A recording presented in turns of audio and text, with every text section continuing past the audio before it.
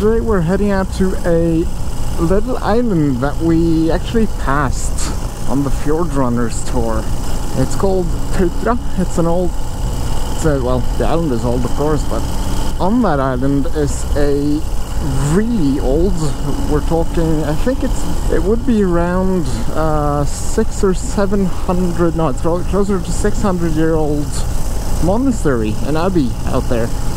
And we actually passed it on the previous trip, and it wasn't until returning back home that I realized that we could have just taken a right and gone out there.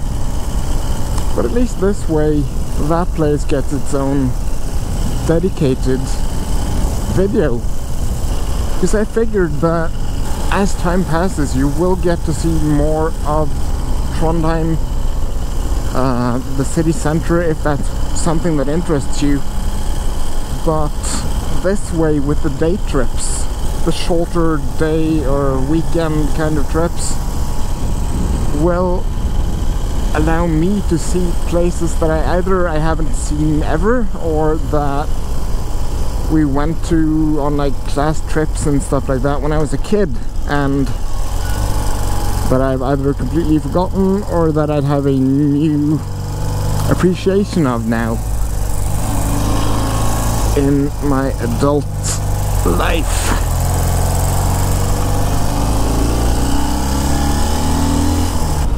So as you can hear, the external recorder still hasn't arrived yet.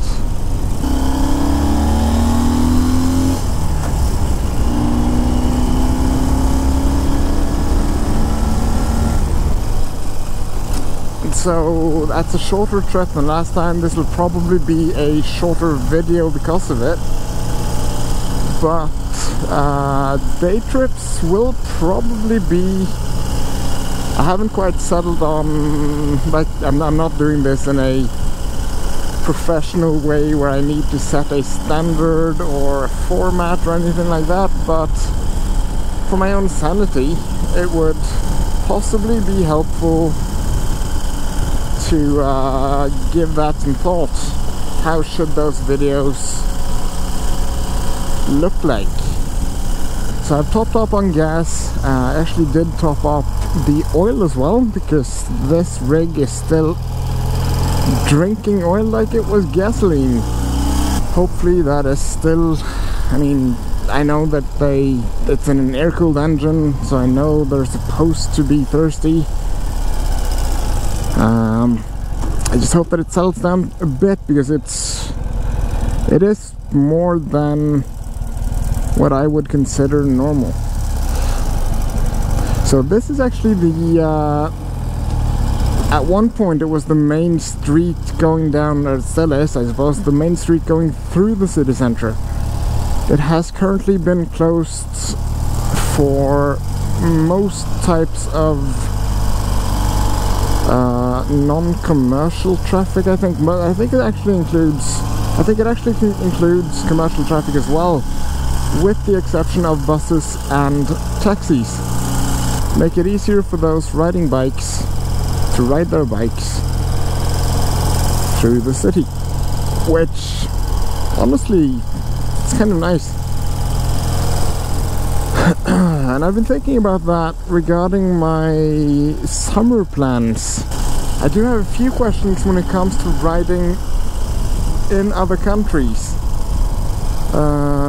in down Europe especially. Is there anything that I should be aware of when I ride there? Because I've never actually driven, much less ridden a bike like this anywhere other than Norway and small parts of Sweden. So if you have any tips for me, that would be much appreciated. Knowing that I will be riding convoy, will be around 13 cars, give or take, I suppose, because people will split off at certain points. We will be riding different groups. But things like when it comes to, in Norway, the lanes that are dedicated to buses and taxis, especially in city centers, can quite often also be used by motorcyclists and moped drivers.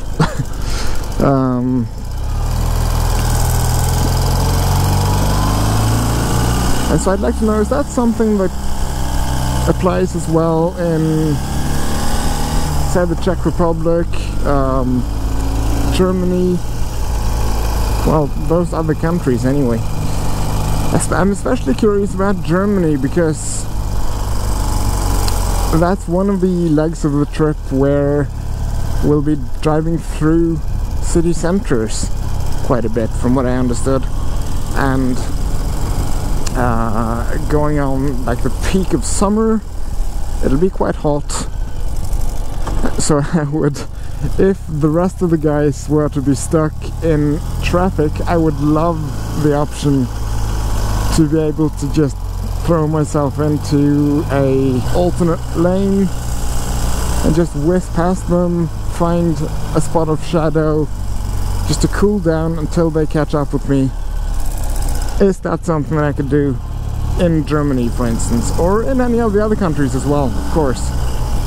And I'm also open for other suggestions, tips, things like that. All is appreciated. Yeah, so this is where I'll be meeting up with my buddy again. Let's head out to that Tautra monastery right now.